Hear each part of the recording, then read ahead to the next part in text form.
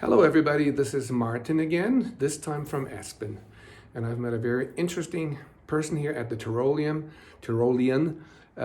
He's Don, and I'll let him introduce himself to you. And first off, Don, is it okay that I tape this and use it? Absolutely. Absolutely. Okay, so Don, the first thing I would like to ask you, can you see yourself? Are you in the frame? There we go. I can adjust it a little bit. That's fine. Okay, so first thing about, you're about my age, I suppose, so you've had 59.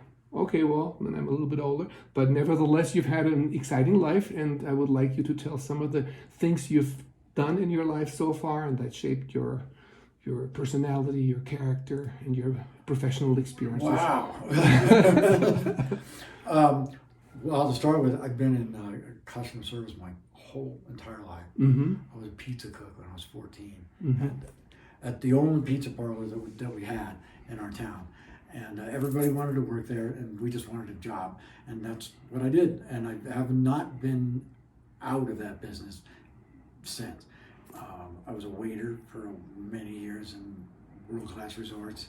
But when I was in college, I went to college to get an advertising degree, and there was a festival that was a jazz festival in Portland, Oregon, and I got an internship as a publicist, arranging all the interviews between the TV stations and the artists that were playing at the jazz festival, and I did it for a few years, but I was more interested in what the people on stage were doing, the people that were making the show happen.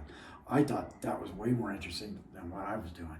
So I ended up spending many years in that business, in concert production, with a kind of an emphasis on artist services because of my hospitality background. Have you met any interesting people at the time?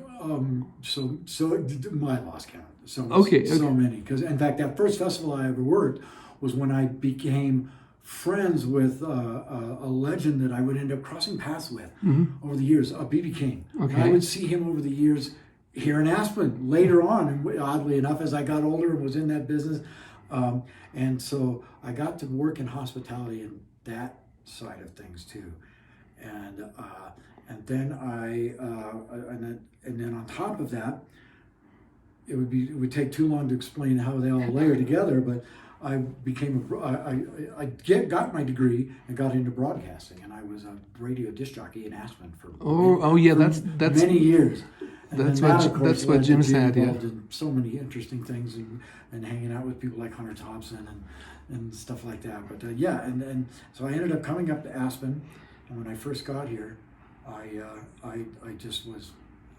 Well, what kind of a station was it? Was it a radio station? Yes, it's still here. It's called KSPN. It's an adult rock station. Okay. Still on the air. Great radio station. Okay, perfect. Yep, I'm so happy that they're still going strong. But I was here for many years, did a morning show. Okay. And it's small town radio. So imagine you've got a small town radio station, but that small town is Aspen, Colorado. So instead of the usual, the farm report and all that, we had that kind of stuff and birthdays and ski report, but we also had like some of the most fascinating people in the world in the radio because of Warner Flores. So it was kind of a neat place to do that.